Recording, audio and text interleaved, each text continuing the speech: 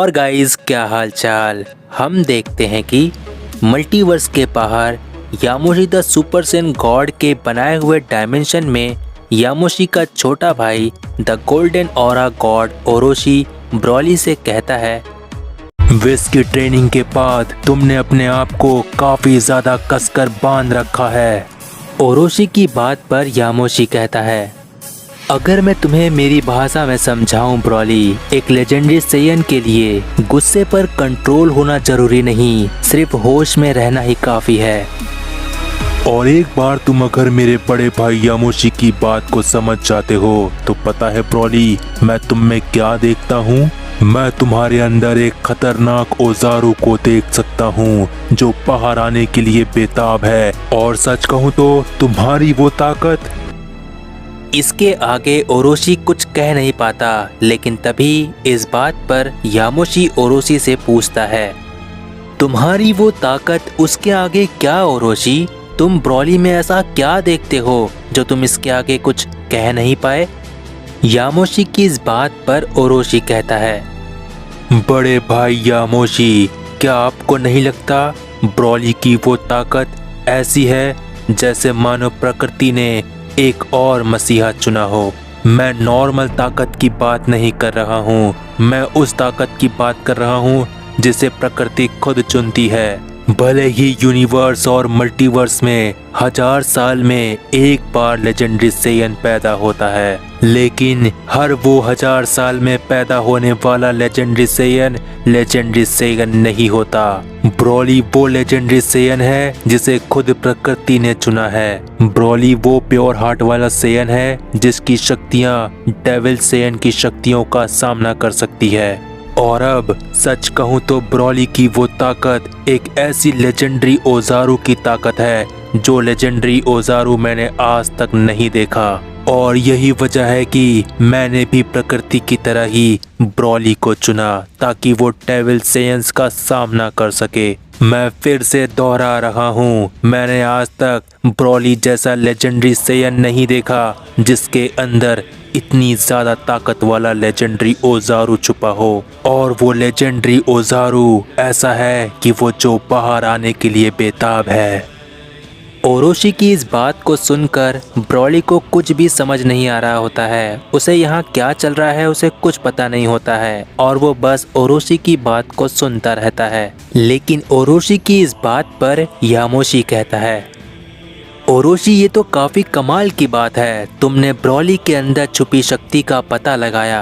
बस कैसे भी करके ब्रॉली अपनी उस लेजेंडरी ओजारू को बाहर ले आए, जिसके बाद सेयन का इंस्टेंट उसे एक नया रूप देगा। और ब्रॉली का वो नया रूप हो सकता है, इसमें कोई शक नहीं, शायद कैकरॉट और वेजिटा से भी ज्यादा ताकतवर हो। तुमने बहुत अच्छा किया ओरोशी, तुमने ये चीज का पता लगा लिया कि प्रकृति के लिस्ट में ब्रॉली जैसे सेयन का भी नाम है जो किरमाडा जैसे डेविल सेयन शक्तियों से लड़ेगा। और अब इस बात में कोई शक नहीं कि ब्रॉली वो लेजेंडरी सेयन नहीं जो 1000 साल में एक बार पैदा होता है, बल्कि ब्रॉली वो लेजेंडरी सेयन है जिसे खुद प्रकृति ने चुना है। ओरोशी और यामोशी की इन बातों पर ब्रॉली कहता है, वैसे ये प्रकृति है कौन जिसने मुझसे बिना पूछे मुझे इतना सब कुछ दे दिया जिसे मैंने मांगा भी नहीं, और ना ही मुझे कुछ पता चल पा रहा है कि मेरे पास ऐसा कुछ है भी। और मुझे अभी भी काफ़ी ज़्यादा कन्फ्यूज़न हो रही है, मैं कुछ भी समझ नहीं पा रहा आखिर 1000 साल वाला लेजेंडरी सेयन क्या है और ये प्रकृति वाला लेजेंडरी सेयन क्या है। मुझे तो सिर्फ लेजेंडरी सेयन के बारे में पता है जिसे कैकरॉट ने मुझे बताया कि मैं एक लेजेंडरी सेयन हूँ जिसे अपने से कमज़ोर लोगों पर हाथ नहीं उठाना चाहिए। ब्रॉली की इन बातों पर यामोशी कहता है, बहुत अच्छे ब्रॉली, कैकरॉट ने तुम्हें जो कुछ भी सिखाया है उसे हमेशा ध्यान में रखना, क्योंकि कैकरॉट तो मेरे ही आधी सोल का हिस्सा है। तो मुझे यकीन है कि कैकरॉट का कोई भी कदम कभी भी गलत नहीं हो सकता। और फिलहाल वो प्रकृति के नियम और लेजेंडरी सेयन क्या है ये सब के बारे में कुछ भी मत सोचो, बस तुम कैकरॉट की और ओरोशी की बातों को हमेशा ध्यान रखना, क्योंकि ओरोशी तुम्हारा इस वक्त गुरु है और कैकारोट तुम्हारे लिए एक सच्चा रास्ता है। और जहाँ तक मैं जानता हूँ वो कैकारोट ही था जिसने तुम्हें यहाँ तक लाया, और विश की वजह से तो तुम्हारे पास गॉड की भी है। तो अब बस तुम्हारी लेजेंडरी ओजारू की देर है।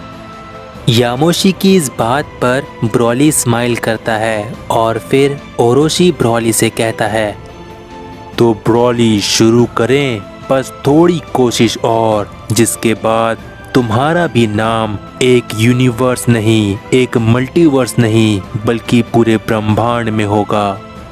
ओरोशी के इतना कहने के बाद हम देखते हैं कि ओरोशी ब्रॉली को फिर से ट्रेनिंग देना शुरू करता है और दूसरी तरफ हमें विश का सीन दिखाया जाता है जो जेनो पैलेस से वापस आ चुका होता है। और विश के आते ही गोटेन और ट्रंक्स विश से कहते हैं, ओ विश, मुझे अपने डैड की तरह स्ट्रॉन्ग होना है और मुझे और ट्रेनिंग की ज़रूरत है। मुझे बताओ कि मैं अब क्या करूं, क्योंकि मुझे समझ नहीं आ रहा है कि मुझे अपने डैड की तरह स्ट्रॉन्ग होने के लिए और क्या क्या करना होगा, क्योंकि गॉड की तो मैंने और ट्रंक्स ने अचीव कर ली है। हाँ विश, लेकिन गॉड की इतना भी काफ़ी नहीं है, हमें अपने डैड जितना ताकतवर होना है। गोटेन और ट्रंक्स की इस बात पर विश कहता है, अगर तुम दोनों को अपने डैड जितना स्ट्रॉन्ग होना है तो उससे पहले तुम्हें मुझसे एक वादा करना होगा, तभी मैं तुम्हें और आगे बताऊंगा। क्योंकि वैसे तो तुम दोनों हो तो गोकू और वेजिटा की ही बेटे, लेकिन जो काबिलियत की बात होती है वो तुम में अभी भी नहीं आई है। गोकू और वेजिटा ने अपनी पूरी जिंदगी काफ़ी लड़ाइयाँ लड़ी है, उनके पास उस लेवल का लड़ने का तजुर्बा है, यही वजह है कि वो इतने काबिल बने। लेकिन जहाँ तक मुझे पता है तुम दोनों के रिकॉर्ड में आज तक ऐसा कहीं नहीं है कि तुमने कोई लड़ाई जीती हो। मैं एक ऐसी लड़ाई की बात कर रहा हूँ जहाँ तुम्हें सैक्रिफाइस करना पड़ा हो। मेरा कहने का मतलब है कि क्या तुम दोनों ने आज तक लड़ने के लिए कभी अपनी ताकत की सीमा को तोड़ा है? मुझे पता है कभी ऐसा नहीं हुआ होगा, है ना? इसीलिए तुम दोनों मुझसे एक वादा करोगे। वो वादा क्या है वेस, बताओ हमें, हम एक्सेप्ट करेंगे। जब से मेरी मुलाकात यामोशी जैसे सेयन बीइंग से हुई है तब से मैं सेयन्स को काफ़ी अच्छी तरह से समझ चुका हूँ, और इसीलिए मैं तुम दोनों से एक वादा लेता हूँ कि तुम दोनों भले ही जिंदगी और मौत के बीच ही क्यों ना रहो, लेकिन हार नहीं मानोगे, क्योंकि क्या पता कितना समय बचा होगा और इतने कम समय में मैं तुम दोनों को तुम्हारे डैड जितना स्ट्रॉन्ग बनाने की पूरी कोशिश करूँगा। क्योंकि डेविल सेयन वाली वो भविष्यवाणी कभी भी सच हो सकती है, और इसीलिए तुम हार मानकर अपना वादा नहीं तोड़ोगे, भले ही तुम जिंदगी और मौत के बीच ही क्यों ना रहो। क्योंकि अब मैं जो तुम्हें ट्रेनिंग दूंगा वो कोई आम ट्रेनिंग नहीं होगी। विश की इस बात को सुनकर गोटेन और ट्रंक्स बिल्कुल शांत खड़े होते हैं और इन दोनों को देखकर पिक्लो कहता है, क्या हुआ गोटेन और ट्रंक्स, विश की बातों को सुनकर तुम दोनों की हवा टाइट क्यों हो गई? अभी तो तुम दोनों बहुत ज्यादा उछल रहे थे। लगता है अपने डैड जितना स्ट्रॉन्ग होने का इरादा बस एक इरादा ही रह जाएगा, और उससे भी बढ़कर जब वो डेविल सेयन अपने हाथों से तुम दोनों को उठा उठा के पटकेगा तब तुम्हें अकल आएगी कि स्ट्रॉन्ग होना कितना ज्यादा जरूरी है। नहीं, हम तैयार हैं वेस, बस हम सोच में पड़ गए थे कि हमें किस तरह की ट्रेनिंग दी जाएगी, और हम वादा करते हैं हम चाहे जिंदगी और मौत के ही बीच क्यों न रहें, लेकिन हम हार नहीं मानेंगे। वैसे अगर हम हार मान जाते हैं तो क्या होगा? तो फिर टाटा बाय बाय, मैं तुम्हें कोई ट्रेनिंग नहीं दूंगा, शर्त यही है, मानना है तो मानो। अगर ऐसी बात है तो हम वादा करते हैं हम सच में नहीं हारेंगे। बहुत बढ़िया गोटेन और ट्रंक्स, मुझे तुम दोनों से यही उम्मीद थी। अब कल से तुम्हारी ट्रेनिंग शुरू हो जाएगी, क्योंकि आज तुम्हें लॉर्ड बीरस के प्लेनेट का पूरा घास कट करना है और बाकी काम तुम्हें लीमो समझा देगा।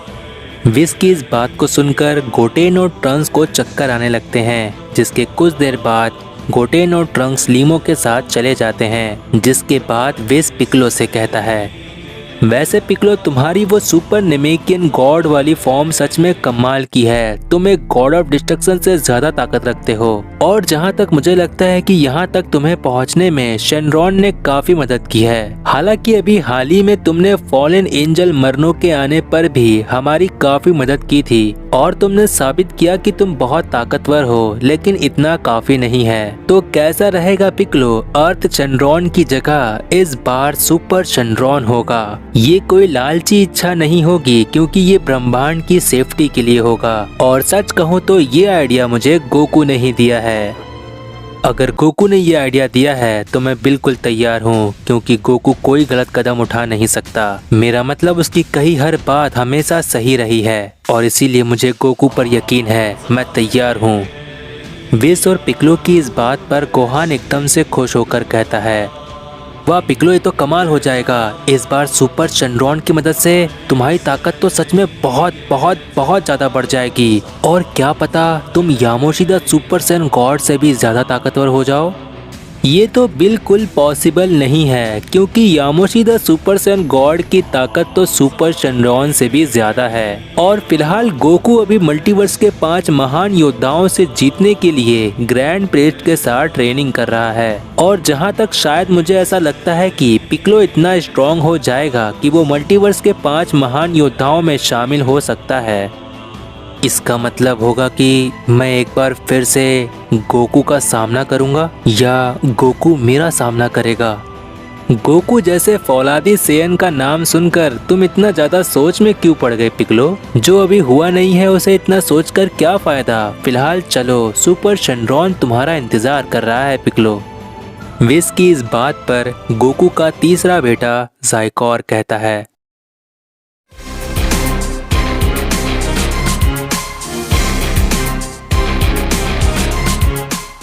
तो गाइज, अगर प्रीवियस पार्ट नहीं देखे हो तो चैनल पर जाकर देख लो। जितना हो सके इस वीडियो को अपने फ्रेंड्स में शेयर कर दो और नेक्स्ट पार्ट के लिए कमेंट कर दो, जिससे मुझे पता चलता है कि तुम्हें ये सीरीज पसंद आ रही है। I hope you like this video, make sure to. और तब तक के लिए